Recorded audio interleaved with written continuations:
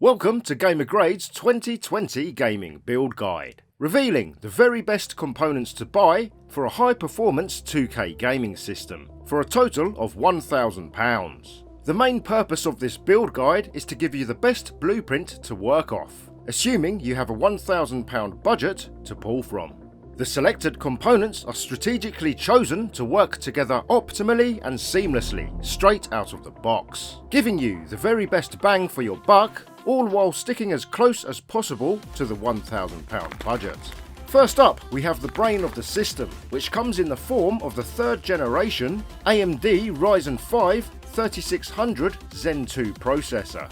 This CPU boasts 6 physical cores and 12 threads, with a base frequency of 3.6 GHz and turbo frequency of 4.2 GHz. All this for an impressive £155 from Amazon.co.uk. With Ryzen becoming the most popular CPU sold via e-tailers in 2018 and 2019, AMD had a lot to live up to with the 3600, and thanks to their latest 7nm Zen 2 architecture found inside all 3rd gen Ryzens, it delivers in spades. Intel have had no option but to significantly slash all their premium prices, literally just to stay in the game. The slightly more expensive 3600X has an improved cooler and slightly elevated frequencies, currently available for around £35 more than the vanilla 3600. If you can comfortably splash out the extra cash, then by all means go for the X. Otherwise, the standard 3600 is more than up to the job. For a tad under £155, the AMD Ryzen 5 3600 is the best overall processor currently available for gaming performance, content creation, and multi-threaded workloads. Next up, we have the MSI B450 Tomahawk Max full-sized ATX motherboard for £110 from scan.co.uk. The important thing to note here is the Max suffix. This indicates the board is fully compatible with 3rd gen Ryzen CPUs straight out of the box, whereas the older non-Max Tomahawks requires you to update the BIOS first before 3rd gen Ryzens can be recognised.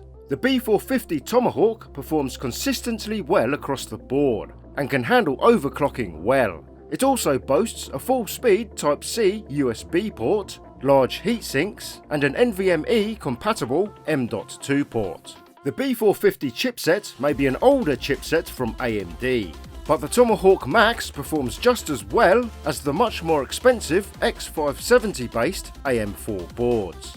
So for this reason, it's only really worth splashing out the extra for X570 if you want more features, such as better audio, dedicated PCIe 4 support, or additional M.2 ports. Next up, we have the dual channel memory kit. It used to be the case that running your memory faster than 3 GHz on 1st gen Ryzen systems required very specific memory dies, or you would be stuck at 3 GHz. That was unfortunate, as we now know how important fast memory speeds is to all Zen-based CPUs, and it took AMD several months and updates to find a working solution. All Zen-based CPUs, basically all Ryzens, have a proprietary high-speed interconnect, otherwise known as Infinity Fabric. In short, Infinity Fabric performs in direct relation to system memory speed, and this is the reason why all Zen chips need fast modules to perform optimally. An improved memory controller, as well as Infinity Fabric version 2, or IF2, was introduced with all Zen 2 processors. Along with consistent tweaking from motherboard manufacturers, 3rd gen Ryzens like the 3600 recommended in this guide are now happy running 3.6 GHz memory at full speed, all while maintaining a 1:1 ratio with the Infinity Fabric architecture. At this time, AMD recommends 3.6 GHz dual channel memory kits running at a 1:1 IF2 ratio as the optimal performance configuration. With all that in mind, I recommend Corsair's DDR4 Vengeance RGB Pro 16GB dual channel memory kit running at 3.6 GHz. Thanks to dropping memory prices over the past couple of years, this fast memory kit now has a very attractive price tag of just £108 from scan.co.uk.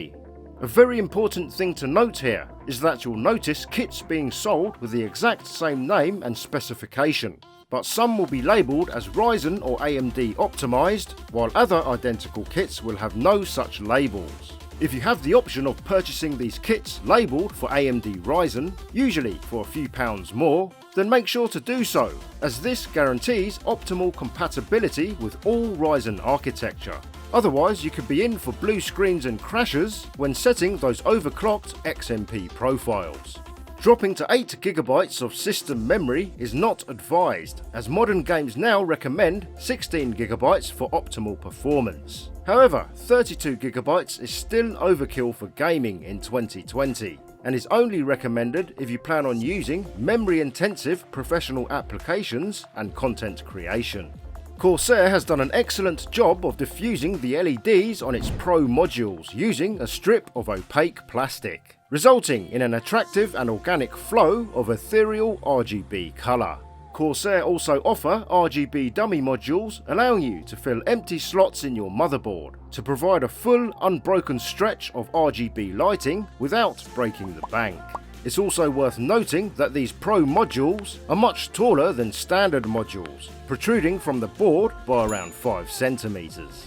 With the fast 3.6 GHz frequency this Ryzen optimized memory kit offers, all the latest 3rd gen Ryzen CPUs will have enough bandwidth to unleash their full potential in games and multi-threaded workloads. Partnered with the aforementioned TOMAHAWK Max motherboard, there won't be any compatibility or stability issues from the get-go.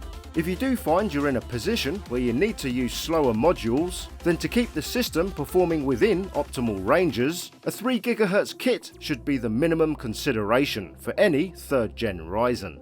Anything slower and the reduction in frame rates and general performance will start to drop sharply. Moving on, we have the most important component for gaming, the graphics card. As with any build that prioritises gaming, the graphics card should be the most expensive piece of the build. With a budget of £1,000 to spend, dedicating around 40% exclusively for the GPU is expected. The best GPU you can currently buy for around £400 is Nvidia's GeForce RTX 2070, which is currently priced around the same price as the RTX 2060 Super.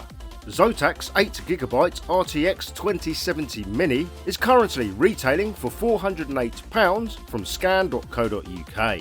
It requires 1x8-pin and 1x6-pin power connections and has an efficient and quiet dual fan cooling system. Moving up to the high-end RTX 2070 Super will cost around £110 more than the vanilla RTX 2070. The performance gain you'll receive over the standard 2070 is definitely worth the higher price, if you can easily splash out the additional cash. However, as this build guide is focusing on a budget of £1,000, the vanilla 2070 is currently the best choice.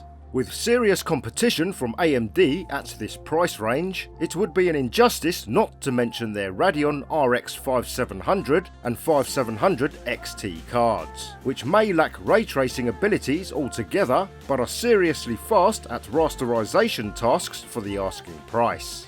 In fact, the 5700 XT's performance is proven to comfortably outperform both the RTX 2060 Super and vanilla RTX 2070 in the latest gaming benchmarks. However, Nvidia's RTX cards are not only future-proofed with ray tracing capabilities, which is a very impressive feature in itself and seeing growing support by the day, but also offers superior driver stability and better compatibility, which is why our pick of the draw for this build goes to Nvidia. That leads us onto the storage drive, which comes in the form of a 1TB GB SSD, which uses the high-speed NVMe standard and tiny M.2 form factor. As long as your motherboard states its M.2 port is PCIe 3.0x4 compatible, you'll be able to utilise the bandwidth of its NVMe architecture. The Tomahawk Max motherboard recommended in this guide is fully compatible with this drive. The Gigabyte can dish out speeds over 4 times faster than your typical SATA-based SSD.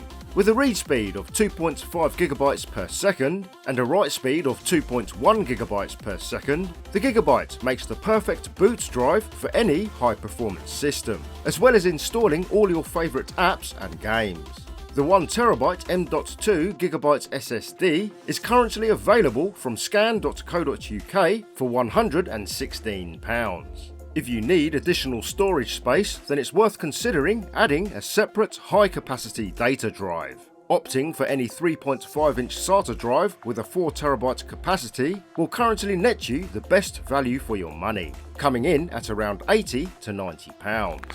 There's nothing quite like owning a gaming PC that not only kicks ass in performance, but also slaps a huge grin across your face every time you look at the thing.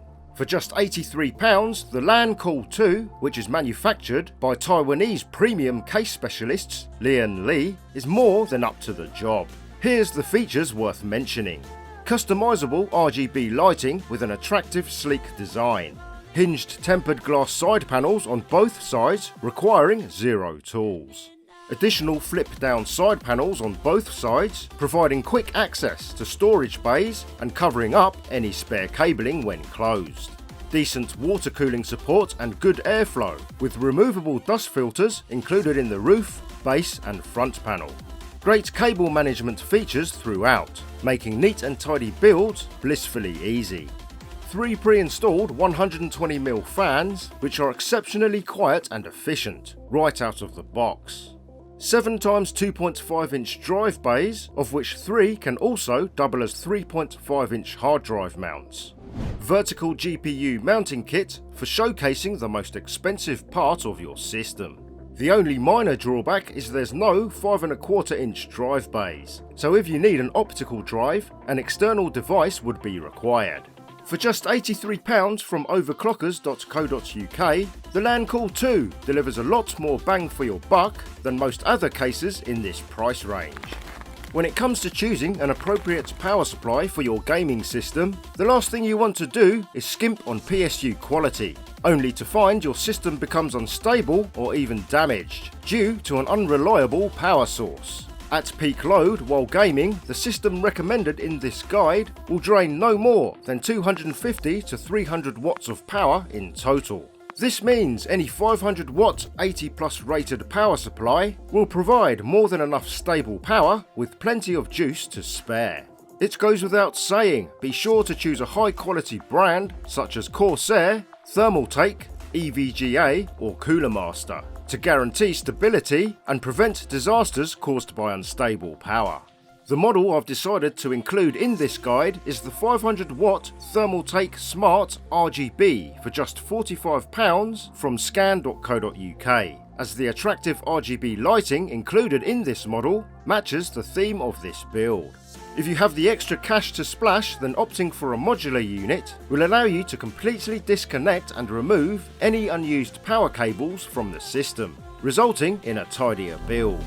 To recap, we have the AMD RYZEN 3600 processor for £155 from Amazon, MSI's B450 Tomahawk Max Full ATX motherboard for £110 from Scan, Corsair's 16GB Vengeance RGB Pro 3.6GHz memory kit for £108, Zotac Nvidia GeForce RTX 2070 8GB mini graphics card for £408, Gigabyte's 1TB M.2 NVMe solid state drive for £116, Lian Li's LAN Cool 2 ARGB eATX MIDI tower case for £83 from Overclockers. And finally, a 500 watt Thermaltake Smart RGB 80 plus PSU for £45 from Scan.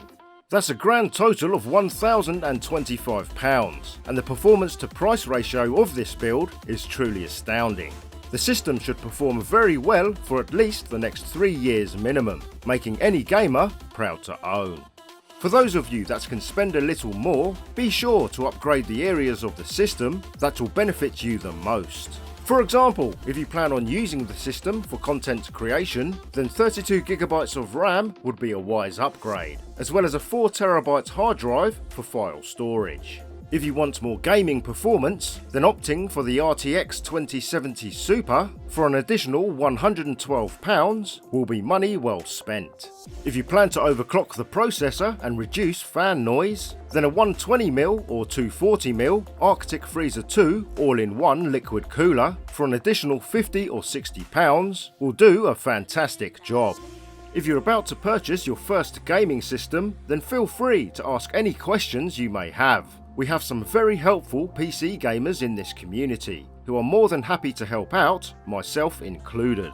For those of you that already own a gaming PC, please share with us in the comments below what you currently own and how it performs. No doubt all this information will help others when it comes to their buying decisions. Admit now.